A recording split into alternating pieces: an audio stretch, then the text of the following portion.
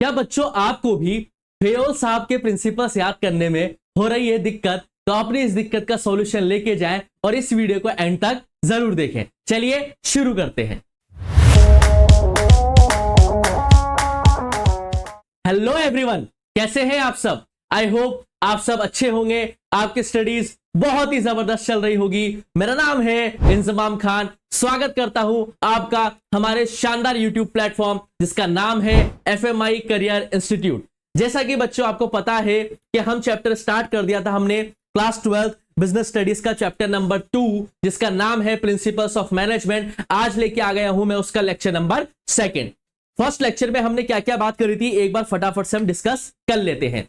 देखिए बेटा, लेक्चर 1 जो था प्रिंसिपल्स ऑफ मैनेजमेंट का, उसमें हमने समझने की कोशिश करी कि प्रिंसिपल्स ऑफ मैनेजमेंट आखिर होते क्या हैं। इसमें हमने समझा कि जो मैनेजमेंट के प्रिंसिपल्स होते हैं वो जनरल गाइडलाइंस होते हैं जो कि एक मैनेजर ध्यान में रखता है किसी डिसीजंस को लेते वक्त या किसी डिसीजन को इंप्लीमेंट करते वक्त।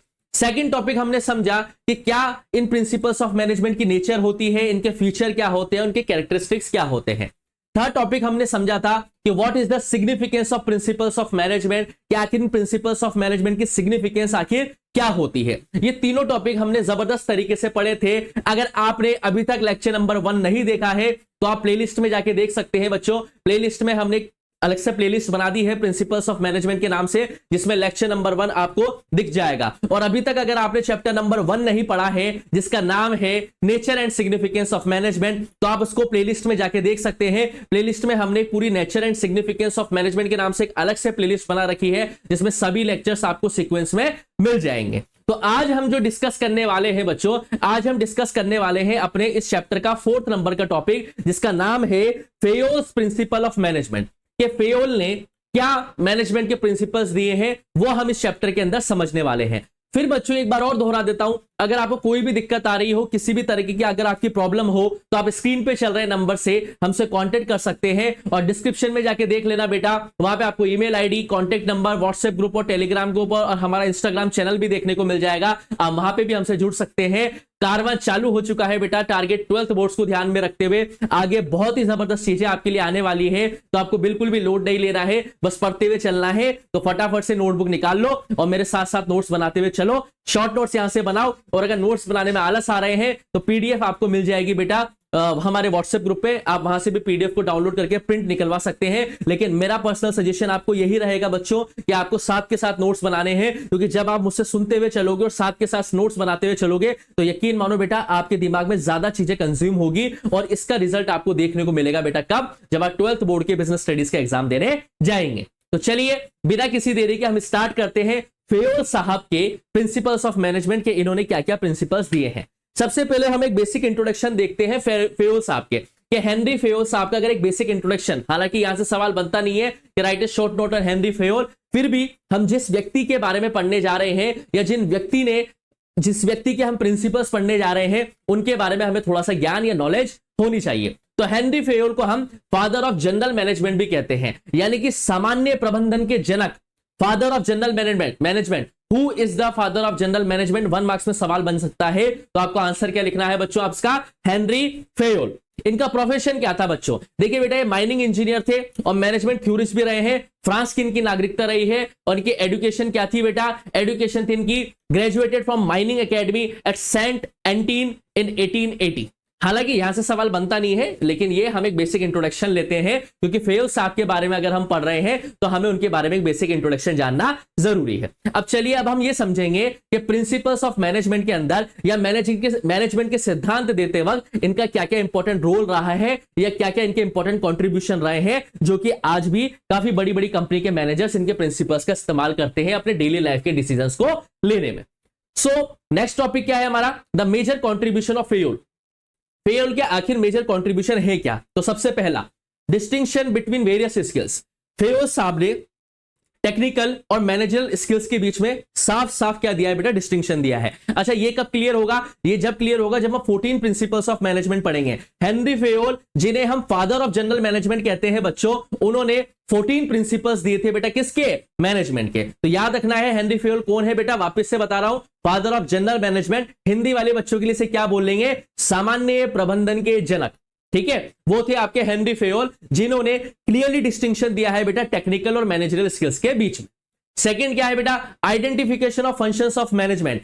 He identified the main steps in the process of management which are considered the main function of management। जो मेजर फंक्शंस है ना मैनेजमेंट के बेटा, जो मेजर प्रोसेस है जिसे हम किस नाम से जानते हैं, प्लानिंग, ऑर्गेनाइजिंग, स्टाफिंग, डायरेक्टिंग और कंट्रोलिंग, ये जो मेजर फंक्शंस है मैनेजमेंट के, ये जो मेजर प्रोसेस है मैनेजमेंट का, ये भी किसने दिया है, ये भी दिया है हमारे हेनरी फेयोल साहब ने। याद रखना है बेटा, सबसे इंपॉर्टेंट चीज है, ये पूछा जा सकता है कि process of management are given by, तो आपको याद रखना है हेनरी फेयोल।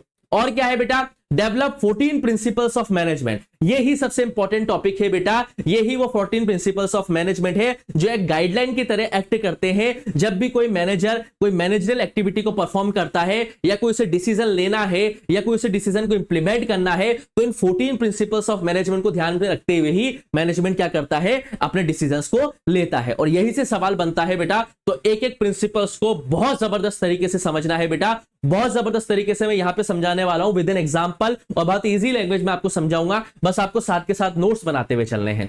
तो बिना किसी देरी के हम फटाफट से स्टार्ट करते हैं द 14 प्रिंसिपल्स ऑफ मैनेजमेंट। वो कितने प्रिंसिपल्स हैं बेटा, 14 प्रिंसिपल्स दिए हैं हेनरी फेयोल ने। सबसे पहला प्रिंसिपल मेरे साथ समझना है बेटा आपको, डिवीजन ऑफ वर्क। अगर टॉपिक समझ में आ गया तो अंदर की लाइनें आप आराम से लिख लोगे। जिसकी इंग्लिश राइटिंग स्किल्स अच्छी होंगे बेटा, वो बिजनेस में फुल मार्क्स ला सकता है, इसमें कोई डाउट नहीं है, लाने वाले बच्चे लेके आते हैं। डिवीजन ऑफ वर्क, सबसे पहला प्रिंसिपल क्या है बेटा, वर्क को डिवाइड करना। अब ये कैसे डिवाइड करेंगे, पहले थ्योरी समझते हैं, फिर मैं अपनी लैंग्वेज में आपको इसको समझाऊंगा। देखिए, this principle is also known as principle of specialisation.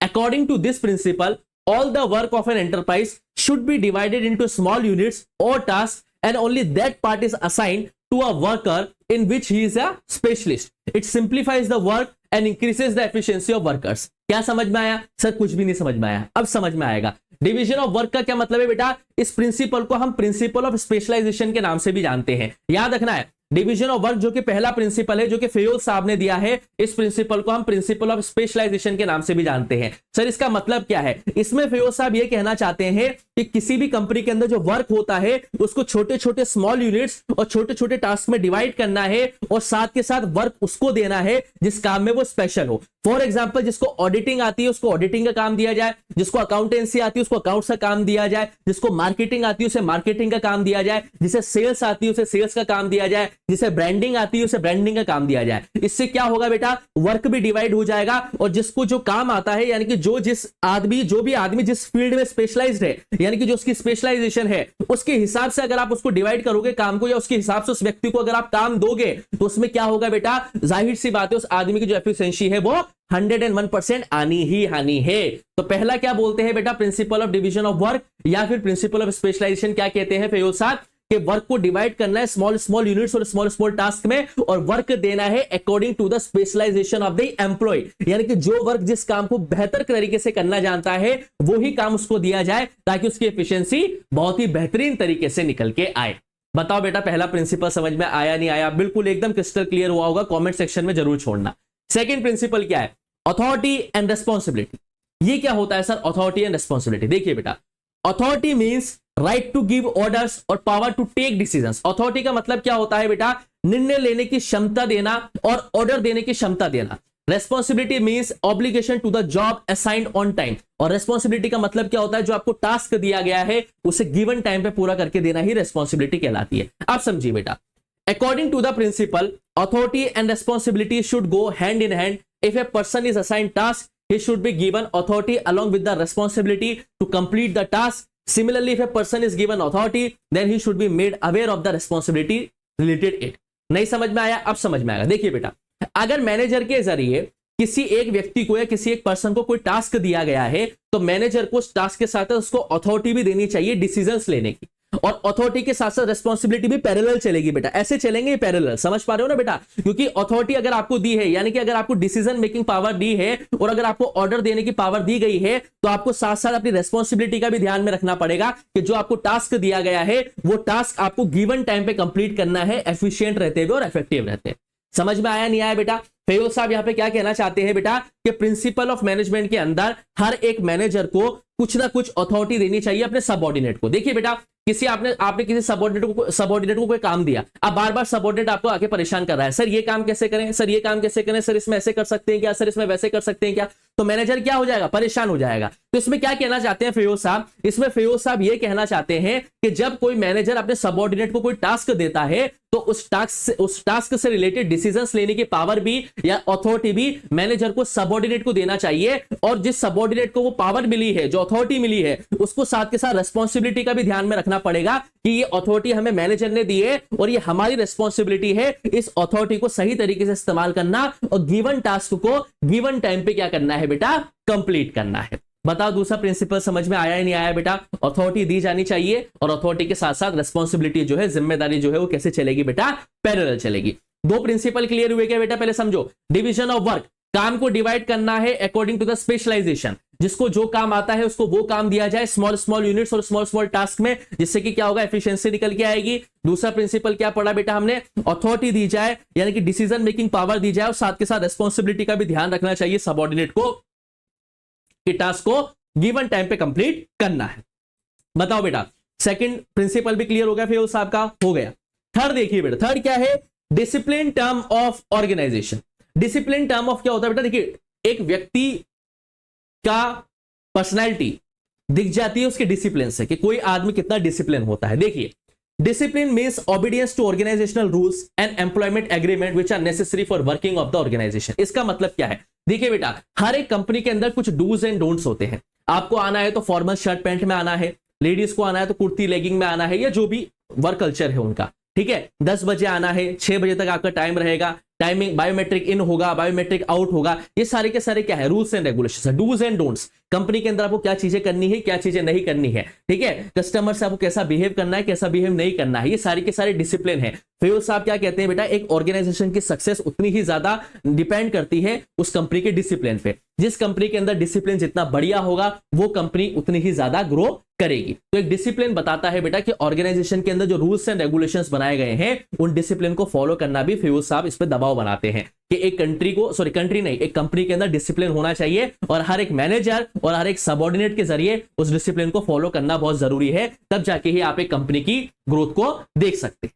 Clear हुआ या नहीं हुआ बेटा? तीसरा भी समझ में आ गया बेटा, आपको डिसिप्लिन होना चाहिए। चौथा, यूनिटी ऑफ कमांड। अब ये सबसे बेस्ट चीज है, यूनिटी ऑफ कमांड। कमांड मतलब निर्देश कौन दे रहा है। फिरोज साहब ने क्या बोला है कि हर एक इंडिविजुअल एम्प्लॉय के ऊपर सिर्फ एक ही बॉस होना चाहिए जो उसे कमांड दे रहा है। ये बॉस समझना है बेटा आपको जबरदस्त तरीके से। यूनिटी ऑफ कमांड का मतलब क्या होता है, अगर एक इंडिविजुअल एम्प्लॉय को दो मैनेजर्स अगर डायरेक्शन देंगे या दो मैनेजर्स अगर उसे कमांड देंगे तो वो कंफ्यूज हो जाएगा कि मैनेजर ए की बात को सुने या मैनेजर बी की बात को सुने। समझिए बेटा, जैसे मैं एक एम्प्लॉय हूं और मेरे को दो मैनेजर कमांड दे रहे हैं, एक मैनेजर बोल रहा है ये काम ऐसे कर और दूसरा मैनेजर बोल रहा है काम ऐसे कर। अब तो मैं कंफ्यूज हो जाऊंगा, इसकी बात नहीं सुनूंगा तो ये नाराज हो जाएंगे, इनकी बात नहीं सुनूंगा तो ये नाराज हो जाएंगे। तो क्या हो जाएगा बेटा, मेरी एफिशिएंसी बाहर निकल के आ पाएगी क्या? नहीं निकल के आ पाएगी। तो फिरोज साहब क्या कह रहे हैं बेटा कि जो कमांड देने वाला मैनेजर है और जो कमांड लेने वाला एम्प्लॉय है वो एक ही होना चाहिए, यानी कि हर एक इंडिविजुअल के ऊपर सिर्फ एक ही सबऑर्डिनेट एक ही मैनेजर होना चाहिए। अगर एक एम्प्लॉय दो अलग अलग मैनेजर से कमांड लेगा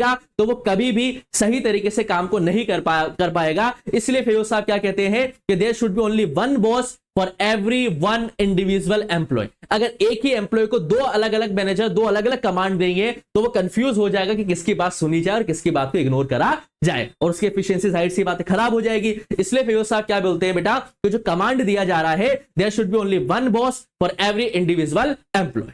समझ में आया नहीं आया बेटा? यहां तक बताओ बेटा, चीजें क्लियर हुई या नहीं हुई? चारों प्रिंसिपल क्लियर हो गए? फटाफट एक बार मेरे साथ दोहराओ। पहला, डिवीजन ऑफ वर्क, वर्क कैसे डिवाइड करना है अकॉर्डिंग टू द स्पेशलाइजेशन। दूसरा, अथॉरिटी एंड रेस्पॉन्सिबिलिटी, जब कोई सबऑर्डिनेट को काम दिया जाए तो साथ के साथ उसको अथॉरिटी भी दो और वो रेस्पॉन्सिबिलिटी को भी समझेगा कि जो हमें अथॉरिटी मिली है उसकी रेस्पॉन्सिबिलिटी भी ये है कि हमें टास्क को गिवन टाइम पे कंप्लीट करना है। तीसरा, डिसिप्लिन होना चाहिए कंपनी के अंदर ताकि कंपनी अच्छी तरीके से रन कर पाए। डूज एंड डोंट्स होने चाहिए जो हर एक इंडिविजुअल के ऊपर एम्प्लॉय होते हैं, चाहे वो मैनेजर हो या वो सबऑर्डिनेट हो।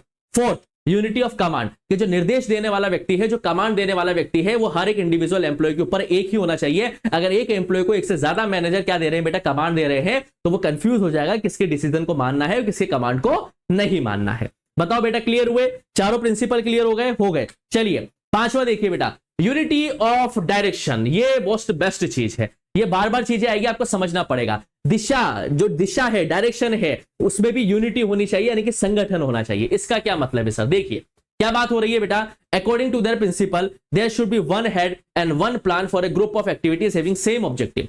It means efforts of all the members of the organization should be directed towards the achievement of common goal. This will lead to better coordination. देखिए क्या बताया गया है बेटा, हाँ, कि यूनिटी ऑफ डायरेक्शन के हिसाब से क्या है बेटा कि एक हेड है, यानी कि कंपनी का एक मैनेजर है, तो उसका प्लान भी एक होना चाहिए और जितने ग्रुप में जो लोग काम कर रहे हैं उनके ऑब्जेक्टिव भी सेम होने चाहिए. कहने का मतलब क्या है? मतलब कि कंपनी के अंदर काम करने वाले सभी एम्प्लॉयज के जो एफर्ट्स हैं, एक कंपनी के अंदर काम करने वाले सभी एम्प्लॉयज के जो एफर्ट्स हैं, वो जो एफर्ट्स हैं बेटा वो सेम डायरेक्शन में होने चाहिए. ऐसे नहीं एक एम्प्लॉय जा रहा है इधर और एक एम्प्लॉय जा रहा है इधर, ये जा रहा है राइट और एक जा रहा है लेफ्ट, ऐसे नहीं. ये मैनेजर की जिम्मेदारी है. फिरोज साहब क्या कह रहे हैं? ये मैनेजर की जिम्मेदारी है कि एक कंपनी के अंदर अगर 50 एम्प्लॉय काम कर रहे हैं तो उन 50 एम्प्लॉय की जो डायरेक्शन है वो क्या होनी चाहिए बेटा? उन डायरेक्शन में यूनिटी होनी चाहिए, मतलब वो डायरेक्शन एक ही तरफ हो, क्योंकि जब 50 एम्प्लॉय एक ही कॉमन गोल के लिए काम करेंगे तभी जाके ऑर्गेनाइजेशन के ऑब्जेक्टिव्स क्या हो पाएंगे बेटा? कंप्लीट हो पाएंगे. और ये चीज बेटर कोऑर्डिनेशन को भी जन्म देती.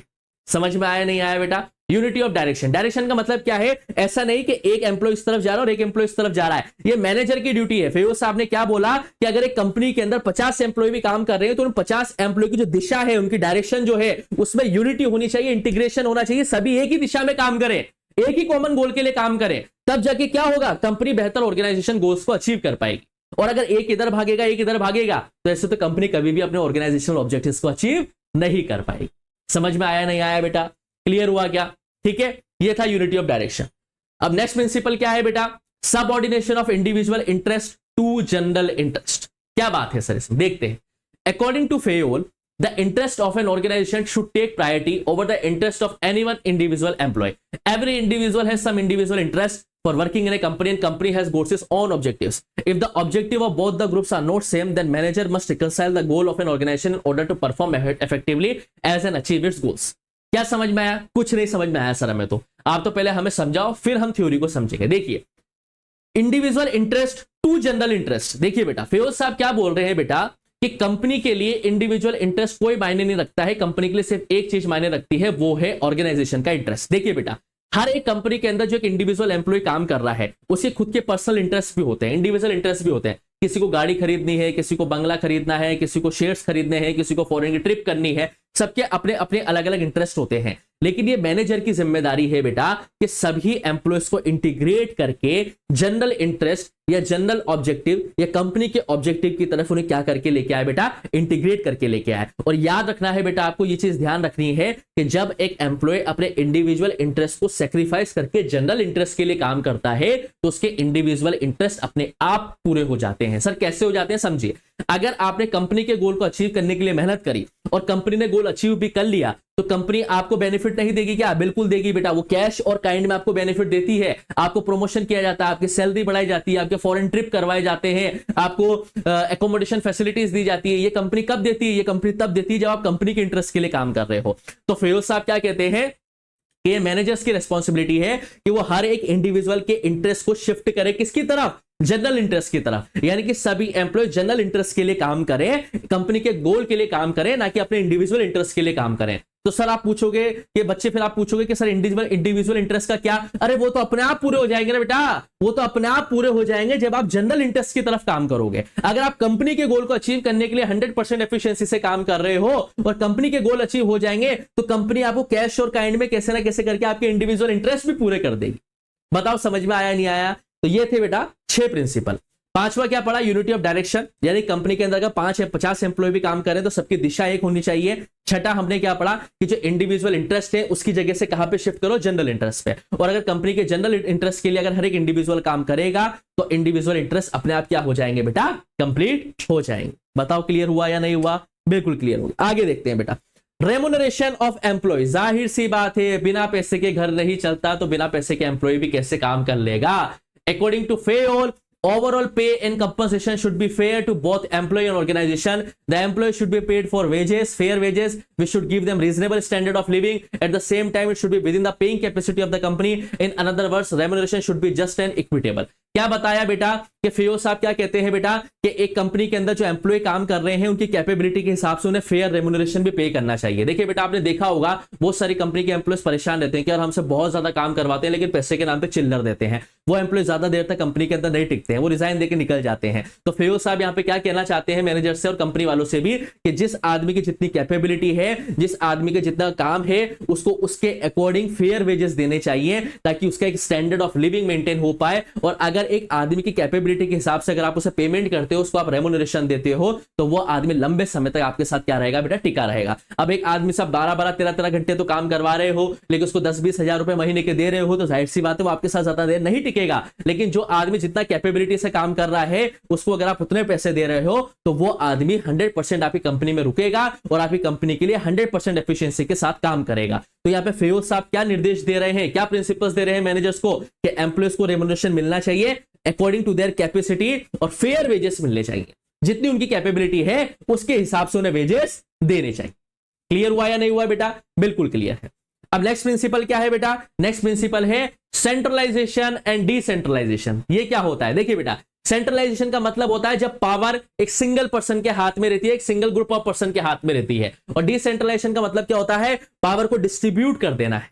बिजनेस कैसे रन करेगा? जब आप पावर को डिस्ट्रीब्यूट कर दोगे एट एवरी लेवल पे। सेंट्रलाइजेशन का मतलब होता है, जैसे 3 लेवल हमने पढ़े थे ना बेटा मैनेजमेंट के, top level, middle level, lower level. जब सारी डिसीजन मेकिंग पावर सिर्फ टॉप लेवल के हाथ में होगी तो वो सेंट्रलाइजेशन वाला कॉन्सेप्ट है। और डिसेंट्रलाइजेशन का मतलब क्या होता है? जब आप पावर को डिस्ट्रीब्यूट कर देते हो एट एवरी लेवल, यानी कि central level, sorry top level पे भी, मिडिल लेवल पे भी और लोअर लेवल पे भी। तो इस प्रिंसिपल में क्या कहा गया है बेटा कि organisation should try to maintain a proper balance between decentralisation and centralisation. मतलब जहां जहां पे टॉप मैनेजमेंट को सिर्फ डिसीजन मेकिंग पावर अपने हाथ में रखनी चाहिए वहां पे टॉप मैनेजमेंट अपने हाथ में डिसीजन मेकिंग पावर रखे। लेकिन जब जब टॉप मैनेजमेंट को लगे कि अब पावर को डिसेंट्रलाइज करना चाहिए, थोड़ी decision making power middle level और लोअर लेवल को भी देनी चाहिए, तो वहां पे डिसेंट्रलाइजेशन भी बहुत जरूरी है। और याद रखना बेटा, जितनी बड़ी ऑर्गेनाइजेशन होगी वहां पे उतना ज्यादा ही आपको डिवीजन ऑफ पावर या डिस्ट्रीब्यूशन ऑफ पावर देखने को मिलेगा। मतलब जितनी बड़ी ऑर्गेनाइजेशन उतना ज्यादा ही आपको डिसेंट्रलाइजेशन देखने को मिलेगा। क्योंकि याद रखो बेटा, टॉप लेवल भी हर एक चीज के डिसीजन नहीं ले सकता,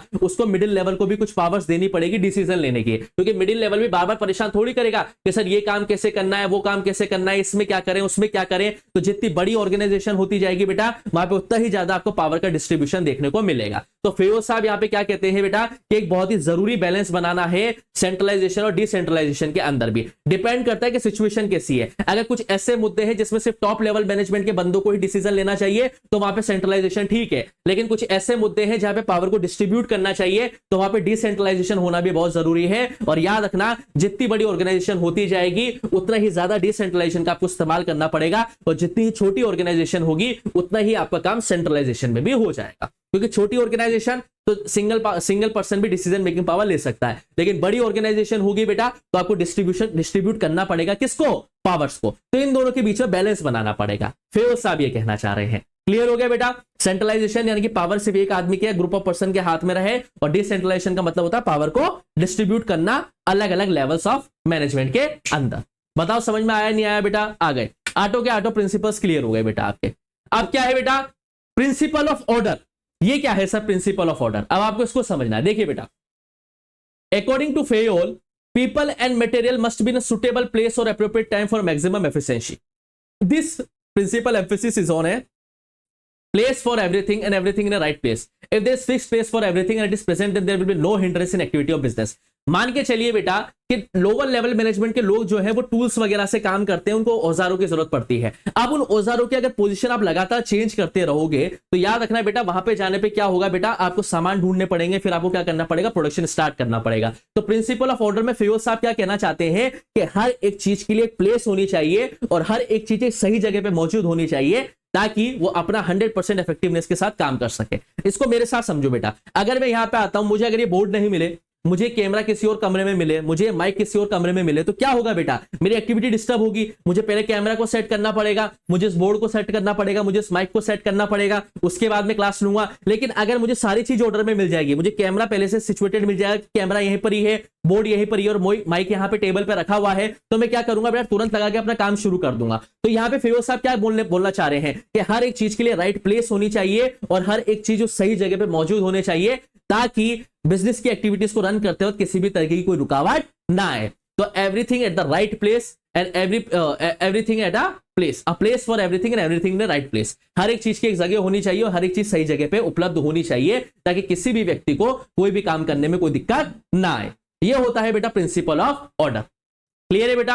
अब 10th नंबर का प्रिंसिपल देखो बेटा क्या है। 10th नंबर का प्रिंसिपल है इक्विटी। यहां पे इक्विटी की बात हो रही है बेटा इक्वेलिटी की। किसकी बात हो रही है? इक्वेलिटी की। देखिए बेटा यहां पे क्या बात हो रही है कि हर एक कंपनी के अंदर जो एम्प्लॉय है बेटा उसको फेयर जस्टिस मिलना चाहिए और उसके साथ किसी प्रकार का डिस्क्रिमिनेशन नहीं होना चाहिए। जैसे बहुत बार क्या होता है बेटा, हमने देखा होगा बहुत सारी कंपनीज के अंदर जो मैनेजर्स होते हैं वो किसी के ज्यादा फेवर में रहते हैं, किसी के ज्यादा अगेंस्ट में रहते हैं। तो फेयो साहब यहाँ पे क्या कहते हैं कि मैनेजर को हर एक एम्प्लॉय के बीच में इक्वलिटी रखनी चाहिए, किसी भी तरह का कोई डिस्क्रिमिनेशन नहीं होना चाहिए, ना ही कास्ट को लेकर डिस्क्रिमिनेशन हो, ना ही रिलीजन को लेकर, ना ही सेक्स को लेकर, ना ही लैंग्वेज को लेकर और ना ही नेशनलिटी को लेकर। अगर आप किसी भी तरीके का डिस्क्रिमिनेशन नहीं करोगे तो एम्प्लॉय का फेथ अपने मैनेजर के ऊपर बहुत ज्यादा बढ़ेगा और एम्प्लॉय अपनी 100% एफिशिएंसी के साथ काम कर पाएगा। लेकिन अगर कोई भी मैनेजर अपनी किसी भी तरीके की डिस्क्रिमिनेशन या भेदभाव को शो करता है बेटा एम्प्लॉयज के साथ, तो एम्प्लॉय से क्या होता है बेटा, उस मैनेजर के ऊपर से भरोसा खत्म होता है। तो यहां पे इक्विटी की बात हो रही है, इक्विलिटी की। इस यहां पे बात हो रही है बेटा नॉन डिस्क्रिमिनेशन की, कि एक मैनेजर को अपने किसी भी एम्प्लॉयज के साथ किसी भी तरीके का भेदभाव नहीं करना चाहिए, ना ही रिलीजन के नाम पे, ना ही कास्ट के नाम पे, ना ही सेक्स के नाम पे, ना ही लैंग्वेज के नाम पे और ना ही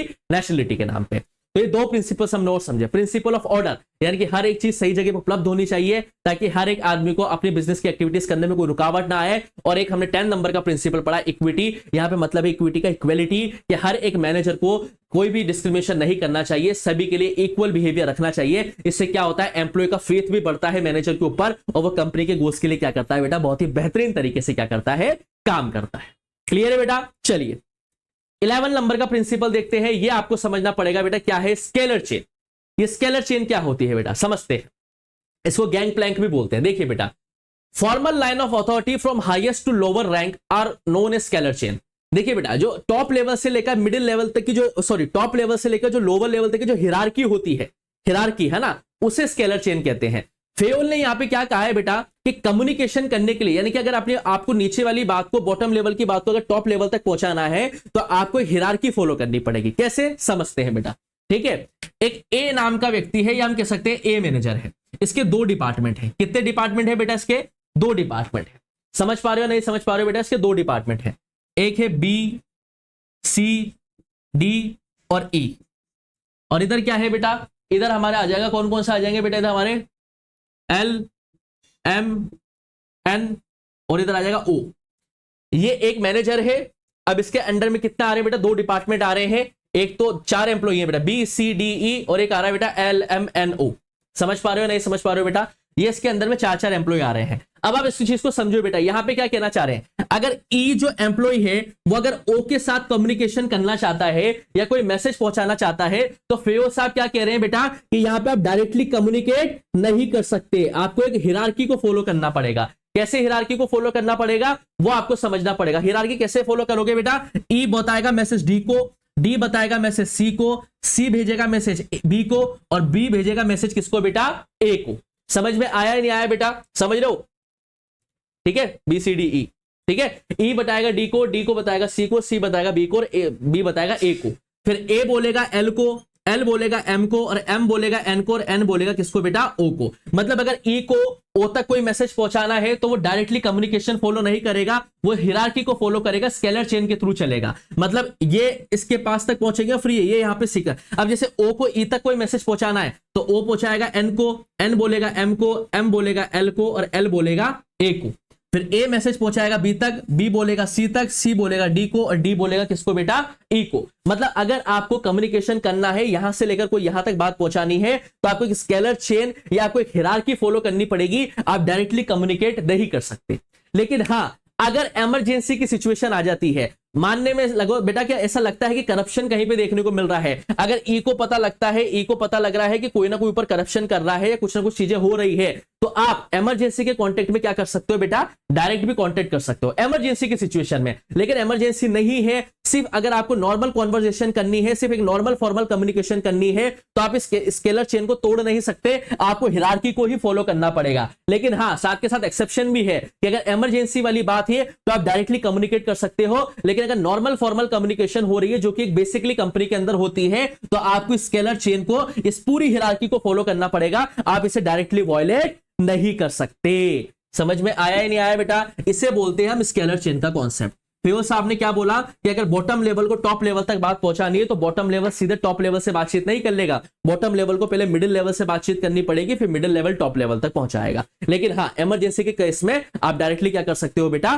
कॉन्टेक्ट कर सकते हो। क्लियर हुआ या नहीं हुआ बेटा? ये था स्केलर चेन। आगे समझे, चलिए 12 नंबर का क्या बता रहा है बेटा, stability of tenure of personal. अगर कोई एम्प्लॉय कंपनी के अंदर काम कर रहा है बेटा, तो उसकी स्टेबिलिटी भी होनी चाहिए, उसकी जॉब सिक्योरिटी भी होनी चाहिए। फॉर एग्जांपल ऐसा समझते हैं, फेयो साहब यहां पे क्या कहना चाह रहे हैं कि एक ऐसा एम्प्लॉय है कंपनी के अंदर बेटा, जिसकी एफिशिएंसी निकल के नहीं आ रही है, जो टारगेट टाइम पे कंप्लीट नहीं कर पा रहा है। तो ऐसा नहीं है कि अगर उसका 1 महीने में टारगेट कंप्लीट नहीं हुआ तो मैनेजर उसको टर्मिनेट कर दे, नहीं, आपको क्या देना चाहिए बेटा, आप उसको समय दो।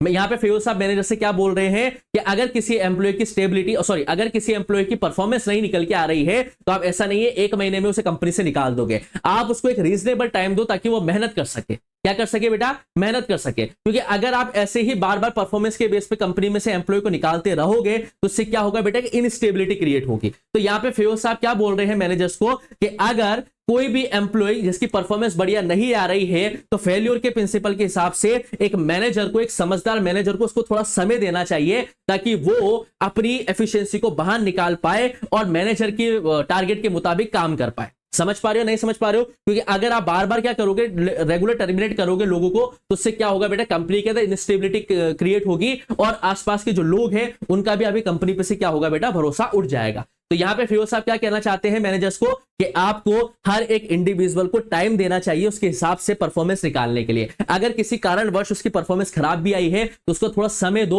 अपनी परफॉर्मेंस को सुधारने के लिए। अगर आप उसको परफॉर्मेंस सुधारने के लिए समय नहीं दोगे और लगातार आप टर्मिनेट करते रहोगे लोगों को या ट्रांसफर करते रहोगे, तो उससे क्या होगा, कंपनी के अंदर इनस्टेबिलिटी क्रिएट हो जाएगी, जो कि कंपनी के भविष्य के लिए फायदेमंद नहीं होगी। क्लियर है बेटा? चलिए 13 में क्या होता है बेटा, इनिशिएटिव। इनिशिएटिव का मतलब क्या है बेटा, डिस्कशन होना चाहिए, कंसल्टेशन होना चाहिए। मान के चलिए बेटा, मैनेजर कोई डिसीजन लेना चाहता है, उसने सलाह मशवरा किया है और कोई एक एम्प्लॉय मैनेजर के पास जाके बोलता है कि सर इसमें अपन ऐसा भी काम कर सकते हैं, और मैनेजर उसको धुतकार के भगा देगा, भग भग, मुझे ज्यादा सिखा रहा है क्या है, मैनेजर को ज्ञान देगा क्या, ऐसी भी बातें हो सकती है। तो ऐसे में क्या होता है बेटा, जो एक एम्प्लॉय इनिशिएटिव लेके आ रहा था या अपनी बात को रखना चाह रहा था मैनेजर के सामने, अब वो कभी भी मैनेजर के सामने उस बात को नहीं रख पाएगा। तो फेयोज साहब यहां पे क्या कहना चाह रहे हैं, फेयोज साहब यहां पे ये कहना चाह रहे हैं कि कोई भी अगर आपका सबऑर्डिनेट या कोई भी अगर आपका एम्प्लॉय आपके पास लाके कोई सजेशन देता है, तो एक समझदार मैनेजर की ड्यूटी होती है, रिस्पॉन्सिबिलिटी होती है कि वो उनके आइडियाज को सुने या उनके विचारों को सुने, और अगर वो आपको सही लगते हैं तो आप उसको इंप्लीमेंट करें, और अगर आपको उसमें कुछ कमियां लगती है तो आप उसे बताएं कि देखो एम्प्लॉय या मेरे सबऑर्डिनेट, आपकी इस प्लान में ये कमी है, हम इसमें ये चीजें सुधार भी कर सकते हैं। समझ पा रहे हो, नहीं समझ पा रहे हो? इससे क्या होता है बेटा, मैनेजर और सबऑर्डिनेट के बीच में कनेक्शन बनता है। अगर आपका सबऑर्डिनेट मैनेजर से कुछ बोलने जाता है और मैनेजर उसको वेलकम करता है कि हाँ लाओ अपने विचार रखो,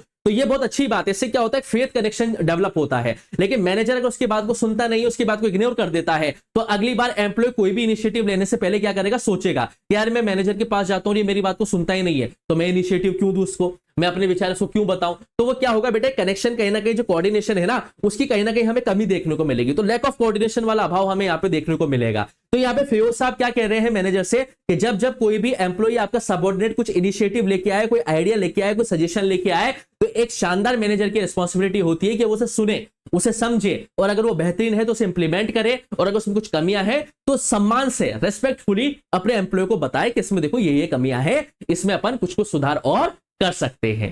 क्लियर हुई या नहीं हुई बेटा बात? तो ये था इनिशिएटिव। और लास्ट जो 14 नंबर का प्रिंसिपल है वो क्या है बेटा, principle of Spirit D corps. Spirit D corps का मतलब क्या होता है, संगठन में ही शक्ति होती है। एस्पिरिट डी कॉर्प्स शब्द का मतलब क्या होता है, यूनियन इज स्ट्रेंथ, यानी कि संगठन में ही शक्ति होती है। फेयोज साहब यहां पे ये कहते हैं कि ये मैनेजर की जिम्मेदारी होती है कि वो एक कंपनी के एम्प्लॉयज के बीच में एक प्रॉपर कोऑर्डिनेशन बिठा के रखे, चाहे वो टॉप लेवल मैनेजमेंट हो, चाहे वो मिडिल लेवल मैनेजमेंट हो, चाहे वो लोअर लेवल मैनेजमेंट हो। पूरे लेवल्स में, हर एक लेवल्स में ये मैनेजर की रिस्पॉन्सिबिलिटी होती है कि वो सभी लोगों को इंटीग्रेट करके रखे, यूनाइट करके रखे। और मैनेजर हर जगह पे मैं हूं, मैं ये कर सकता हूं, मैं वो कर सकता हूं, इन शब्दों का इस्तेमाल ना करे, बल्कि अपने कॉन्वर्सेशन में वी शब्द का इस्तेमाल करे कि वी आर कैपेबल, है ना, वी कैन डू इट, है ना, nothing is impossible for us. कुछ इस तरीके के शब्दों का इस्तेमाल किया जाए, क्योंकि मैं वाली जो बात है ना कि आई एम द बेस्ट, है ना, आई कैन डू इट, तो इससे क्या होता है, एम्प्लॉयज के बीच में लगता है कि सारा क्रेडिट आप यही लेके जाने वाला है। जब आप इस आई शब्द को हटा के वी का इस्तेमाल करते हो कि हम कर सकते हैं, हमारे अंदर पोटेंशियल है, हमारे टारगेट को हासिल कर सकते हैं, जब इस तरीके की आइडियोलॉजी के साथ मैनेजर अपने सबऑर्डिनेट से बात करता है तो यूनिटी वाला भाव आता है लोगों के दिलों में बेटा। और फेयोज साहब यहां पे ये कह रहे हैं कि ये मैनेजर की रिस्पॉन्सिबिलिटी है कि हर एक लेवल के अंदर सभी सबऑर्डिनेट्स के बीच में यूनिटी बना के रखा जाए, क्योंकि यूनियन इज स्ट्रेंथ, संगठन में ही शक्ति होती है। जब सभी लोग मिलकर एक कंपनी के गोल की तरफ काम करेंगे तभी जाके कंपनी के ऑर्गेनाइजेशन के गोल्स क्या हो पाएंगे बेटा, अचीव हो पाएंगे। ये थे बेटा 14 प्रिंसिपल्स ऑफ मैनेजमेंट, जो कि दिए गए बेटा किसके जरिए, फेयोज साहब के जरिए। एक बार फटाफट से इनको देख लेते हैं बेटा हम क्या क्या है बेटा। पहला क्या बताया, डिवीजन ऑफ वर्क, यानी कि स्पेशलाइजेशन के अकॉर्डिंग वर्क को डिवाइड किया जाए। दूसरा क्या था बेटा, अथॉरिटी एंड रिस्पॉन्सिबिलिटी, यानी कि डिसीजन मेकिंग पावर भी दी जाए। तीसरा हमने बात करी थी डिसिप्लिन होना चाहिए हर एक ऑर्गेनाइजेशन में। चौथा प्रिंसिपल हमने बात करी थी कि हर एक इंडिविजुअल एम्प्लॉय को सिर्फ एक ही मैनेजर क्या देगा बेटा, कमांड देगा, क्योंकि दो देंगे तो वो कंफ्यूज हो जाएगा। यूनिटी ऑफ डायरेक्शन, यानी कि सभी की दिशा एक होनी चाहिए। छठा नंबर का हमने क्या पढ़ा था कि इंडिविजुअल इंटरेस्ट से किस पे शिफ्ट करो, जनरल इंटरेस्ट पे। जनरल इंटरेस्ट पूरे होंगे तो इंडिविजुअल इंटरेस्ट अपने आप पूरे हो जाएंगे। सातवां हमने क्या पढ़ा था, रेमुनरेशन, यानी कि फेयर रेमुनरेशन मिले बेटा एम्प्लॉयज को उनकी कैपेबिलिटी के हिसाब से। 8th नंबर का प्रिंसिपल हमने देखा सेंट्रलाइजेशन और डिसेंट्रलाइजेशन। सेंट्रलाइजेशन में decision making power top level के हाथ में रहती है, डिसेंट्रलाइजेशन में डिस्ट्रीब्यूट कर दिया जाता है पावर्स को अलग अलग लेवल्स में। और क्या देखा, 9th में हमने देखा प्रिंसिपल ऑफ ऑर्डर, हर एक चीज के लिए सही जगह होनी चाहिए ताकि इससे टाइम हमारा बच सके। 10 नंबर का प्रिंसिपल हमने देखा जो कि इक्वलिटी को शो करता है बेटा, कि किसी भी तरह के कोई डिस्क्रिमिनेशन नहीं करना चाहिए किसी भी मैनेजर को। स्केलर चेन का हमने कॉन्सेप्ट समझा कि अगर आपको कम्युनिकेशन करना है तो आपको एक प्रॉपर हिरार्की फॉलो करनी पड़ेगी। हाँ, इमरजेंसी के केस में अगर आप उस हिरार्की को तोड़ सकते हो, लेकिन ऐसे आपको उस हिरार्की को फॉलो करना ही पड़ेगा। 12 नंबर का प्रिंसिपल हमने देखा कि स्टेबिलिटी होनी चाहिए, हर एक इंडिविजुअल को टर्मिनेट नहीं करना है, उसे बेहतरीन परफॉर्मेंस निकालते लाने के लिए समय देने की बहुत जरूरत है। 13 नंबर का हमने देखा इनिशिएटिव, कि ये मैनेजर की रिस्पॉन्सिबिलिटी है कि वो देखे कि सबऑर्डिनेट जो है उसके वो इनिशिएटिव जो ला रहे हैं वो उनको सुने और समझे, और अगर वो बेहतरीन है तो उसे इंप्लीमेंट करें। 14 और लास्ट प्रिंसिपल हमने देखा principle of Spirit D corps, यानी कि यूनियन इज स्ट्रेंथ, यानी कि संगठन में ही क्या होती है, शक्ति होती है। और ये मैनेजर की रिस्पॉन्सिबिलिटी होती है बेटा कि वो सभी लेवल्स ऑफ मैनेजमेंट के बीच में यूनिटी बना के रखे बेटा, एक प्रॉपर कोऑर्डिनेशन बना के रखे। ये थे बेटा फेयोल के 14 प्रिंसिपल्स ऑफ मैनेजमेंट, जो कि मैंने आपको बहुत ही बेहतरीन तरीके से समझाया है बेटा। आई होप आपको ये लेक्चर पसंद आया होगा। हाँ बेटा, कोई भी अगर डाउट हो तो आप कमेंट सेक्शन में भी छोड़ सकते हो, स्क्रीन पे चल रहे नंबर पे भी हमसे कांटेक्ट कर सकते हो, और डिस्क्रिप्शन में जाके आप व्हाट्सएप ग्रुप और इंस्टाग्राम चैनल से भी हमारे जुड़ सकते हो। बेटा बहुत ही शानदार लेक्चर आपके लिए बन रहे हैं, अकाउंट्स और इकोनॉमिक्स के लेक्चर भी आपके लिए शाहरुख सर ला रहे हैं। आपको क्या करना है, बस बेटा आपको हमारी वीडियोस को लाइक करना है, अपने सभी 12th बोर्ड्स के बच्चों के साथ क्या करो, दोस्तों के साथ शेयर करो, और अगर वीडियो पसंद आती है बेटा तो वीडियो को ज्यादा से ज्यादा सब्सक्राइब करना है, शेयर करना है। यकीन मानना है बच्चों आपको कि जैसे जैसे कारवां आगे बढ़ता जाएगा बहुत ही शानदार हम चीजें आपके लिए लेके आने वाले हैं। बहुत सारे क्वेश्चंस हम प्रैक्टिस करेंगे, वन शॉट चीजें हम लेके आएंगे, केस स्टडीज क्वेश्चंस हम आपके लिए लेके आने वाले हैं, lots of varieties of techniques of method जो है बेटा वो हम आपके लिए लेके आएंगे। तो आपको बस क्या करना है बेटा, लगातार हमारे साथ पढ़ते हुए चलना है, नोट्स बनाते हुए चलने हैं, साथ के साथ समझते हुए चलना है। कोई भी डाउट हो बेटा तो आप हमारे नंबर पे हमसे कांटेक्ट कर सकते हैं, स्क्रीन पे चल रहा है नंबर बेटा, नहीं तो डिस्क्रिप्शन में भी आपको नंबर मिल जाएगा, आप आराम से वहां पे कांटेक्ट हमसे कर सकते हैं। और इस लेक्चर्स की पीडीएफ या चैप्टर की पीडीएफ इस चैप्टर के कंप्लीट होने के बाद हम वहां पे डाल देंगे, आप चाहे तो उस पीडीएफ को निकलवा के उसका प्रिंट भी करवा सकते हैं। ऐसे ही हम आपके लिए वीडियोस लाते रहेंगे बच्चों, बस आपको वीडियोस को लाइक करना है, शेयर करना है, चैनल को सब्सक्राइब करना है, और बेल आइकन पे जरूर क्लिक करना बेटा, ताकि आपको सारे के सारे नोटिफिकेशंस मिल जाए। जल्दी ही मिलूंगा आपसे इस चैप्टर के लेक्चर नंबर 3 के साथ। तब तक के लिए आप लोग पढ़ते रहो, मस्त रहो। Thank you, bye bye.